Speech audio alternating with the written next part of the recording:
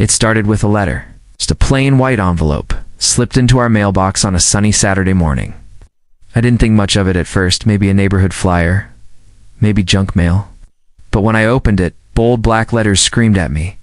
Notice of violation. The HOA had fined us. Again, this time, it claimed the small American flag we had hung outside our porch was unauthorized. The fine was $500. I stood in the driveway, letter in hand, my jaw tight. My wife Laura was inside making breakfast. She'd served our county for over a decade, proudly wearing her uniform every day. Now, these people thought they could bully us over a flag. I brushed it off at first, tossing the paper on the counter. But 2 days later, another letter arrived, thicker, heavier. This one wasn't a fine. It was a warning. If we didn't comply, they'd escalate enforcement measures. I felt my blood boil. Was this really about the flag, or was it about control? Laura noticed my clenched fists as I paced the kitchen. "What's wrong?" she asked, setting down her coffee. "HOA," I muttered, handing her the letter.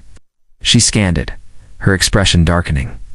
So now flying a flag is a crime? We both knew this wasn't just about rules. It was about intimidation. It's about power. And sure enough, just 3 days later, it escalated. I was working in the garage when I heard the crunch of tires on gravel. 2 police cruisers pulled up in front of our house. Psst, my stomach sank.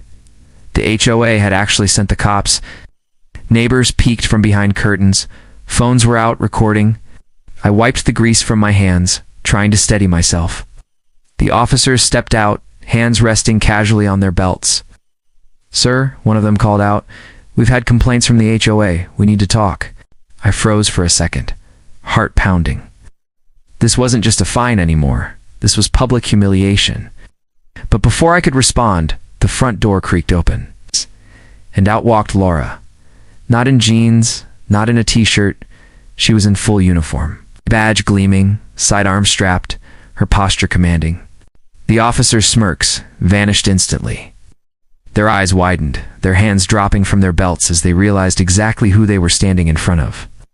Laura crossed her arms, her voice steady but cold. "You want to explain to me why you're at my house over a flag?" The silence that followed was heavy, almost suffocating.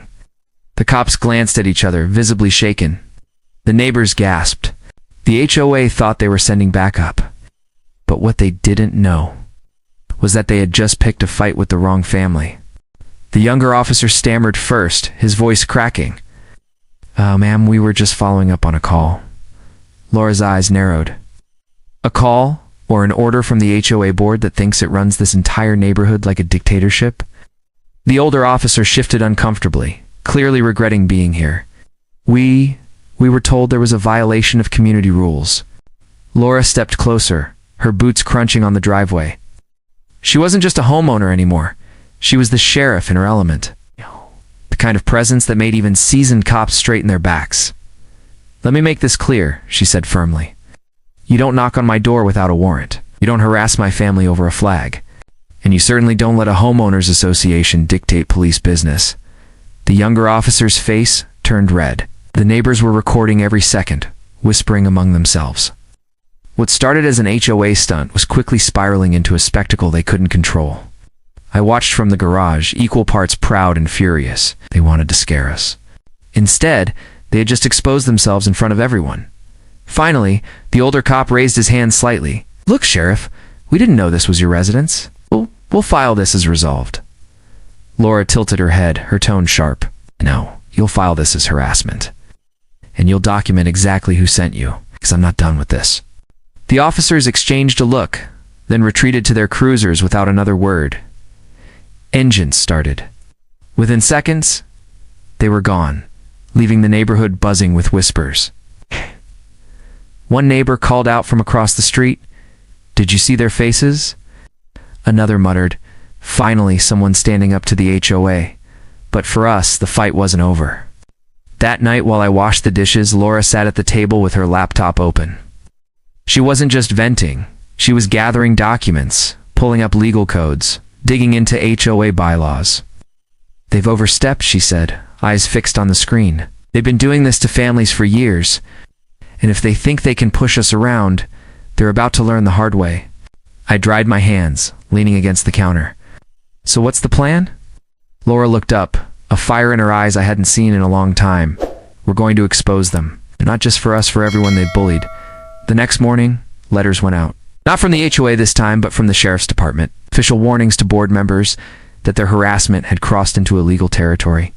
By lunch, my phone buzzed nonstop.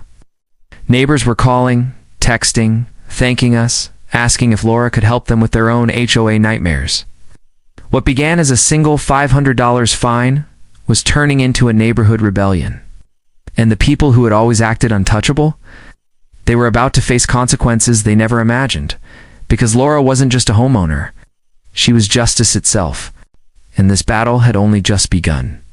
The HOA board wasn't quiet for long. By the end of the week, a formal letter slid into our mailbox.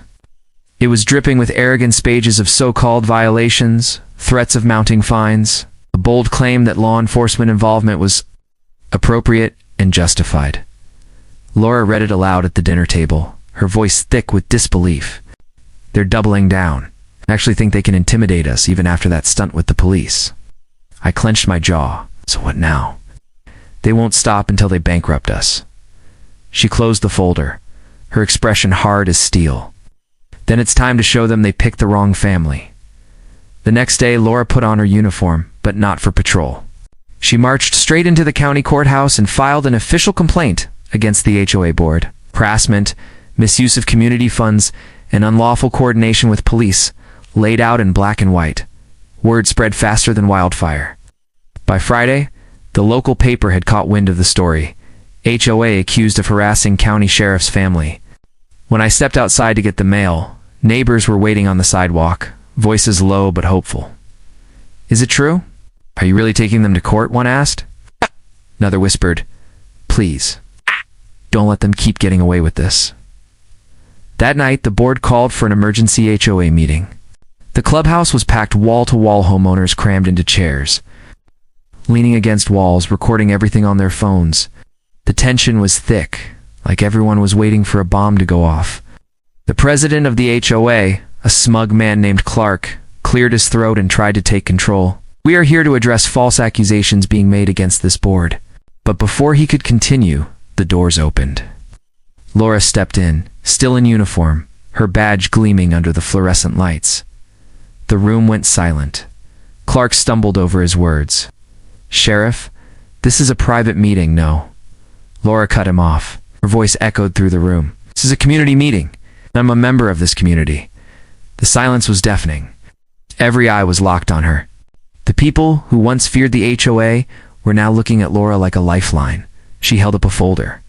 This, she said, shaking the papers, is a record of every illegal action your board has taken.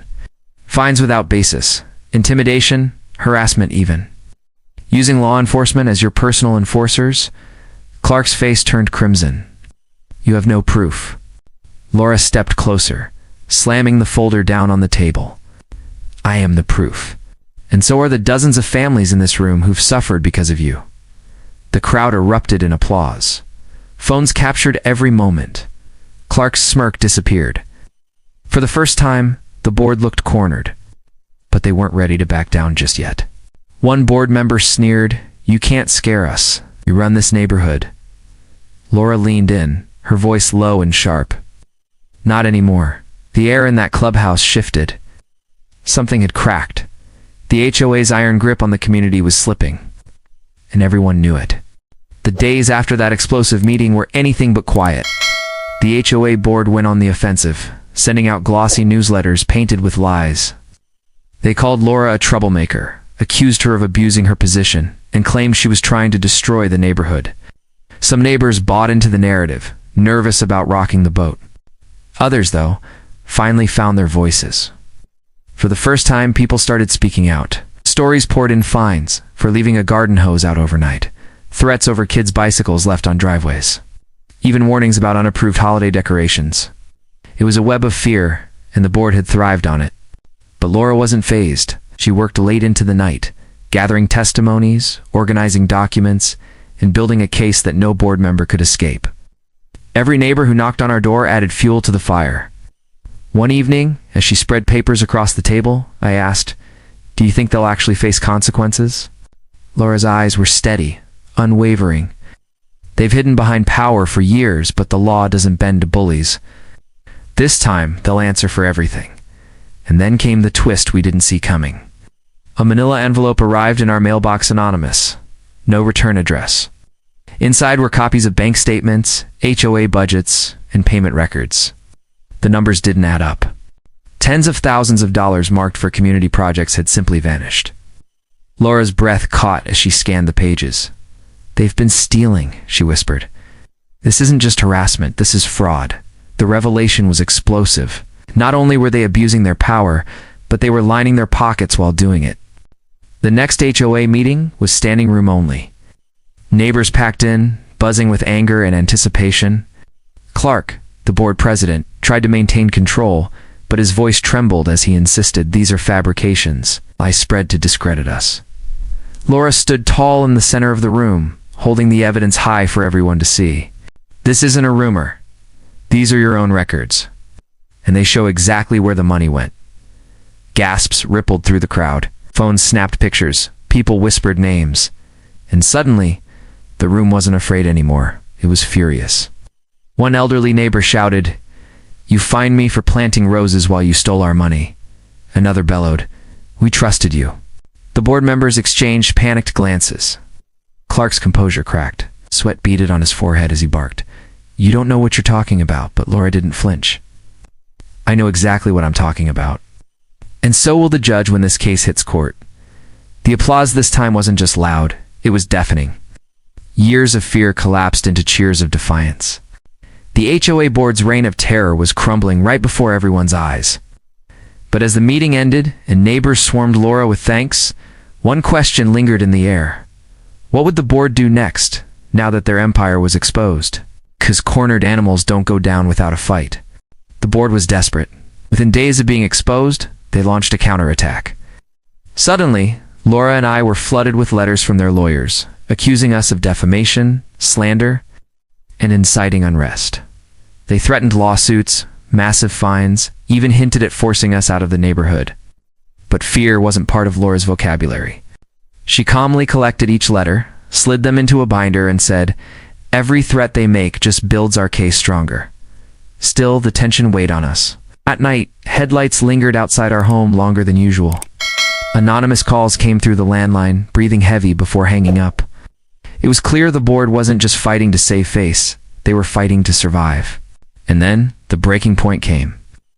One afternoon, I heard shouting outside. Clark himself, the HOA president, had marched onto our lawn with 2 board members at his side.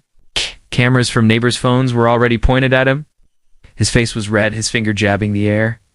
"You think you can destroy us?" he barked. "This community needs order, not chaos. Now you'll regret what you've started." Laura stepped out onto the porch in full uniform, her badge glinting under the sun. The crowd of neighbors fell silent, waiting. "Clark," she said evenly, "you've harassed my family, abused your authority, and stolen from your neighbors. The only thing you should regret is thinking you were above the law." Gasps rippled through the onlookers. Clark's jaw tightened, but Laura wasn't finished. She raised her phone high, showing the recording already in progress. "Every word you've just said is on camera. And tomorrow morning, it goes straight to the county prosecutor." Clark's face drained of color. His bluster collapsed into silence. He turned abruptly, muttering curses under his breath, and stormed off with his lackeys in tow. The neighbors erupted cheers, applause, shouts of support. For the first time in years, people weren't afraid of the HOA anymore. They stood taller, united, fueled by the courage Laura had sparked. That night, sitting together on the porch, Laura finally let out a long breath. "Right." "It's almost over," she said softly. "They can't hide anymore." But she was wrong, because the very next morning, a county sheriff's cruiser pulled up in front of our home. This time, though, it wasn't trouble. It was official. The officer stepped out, hat in hand, and handed Laura a thick envelope. Inside were the court summons. Clark and his board weren't just facing angry neighbors now. They were facing a criminal investigation, and for the first time in this whole battle, victory felt within reach. The weeks that followed were a whirlwind. Neighbors who had once stayed quiet now stepped forward with their own stories. People admitted to being fined for absurd reasons, threatened for questioning decisions, even silenced when they tried to run for board positions. The county prosecutor built the case piece by piece, using Laura's recordings, the financial documents, and the testimonies of dozens of homeowners. The board's corruption was undeniable. Clark, once untouchable, now faced charges for fraud, intimidation, and misuse of community funds. The day of the court hearing, the courtroom was packed. Neighbors filled every seat, whispering anxiously as Clark walked in, looking smaller than I'd ever seen him. He avoided everyone's eyes. When the judge read the verdict, guilty and audible gasp filled the room. Clark and 2 board members were sentenced to restitution and barred from holding any leadership positions again. The HOA was ordered to hold new elections, supervised by the county.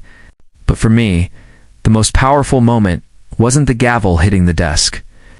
It was when Laura squeezed my hand, her eyes glistening. She had stood against them not just as my wife, but as a soldier, a protector, the kind of leader this neighborhood truly needed. In the weeks that followed, our community transformed. Neighbors smiled at each other again. Kids played on lawns without fear of citations. The endless stream of fines disappeared, replaced with fair rules and real transparency. For the first time in years, it felt like home. That night, sitting together on our porch, Laura leaned her head on my shoulder. "We didn't just fight for us," she whispered. "We fought for everyone who was too afraid to stand up." And she was right. It wasn't just a win for our family. It was a win for justice, for unity, for every person who had been silenced. If you've ever felt powerless against unfair authority, remember this. Courage doesn't always come from a title or a position. Sometimes it just takes one voice to inspire many. And if this story moved you, share it with someone who needs to hear it. Subscribe for more stories of justice, resilience, and ordinary people standing up against impossible odds. Guess, at the end of the day, change doesn't start with power. It starts with people.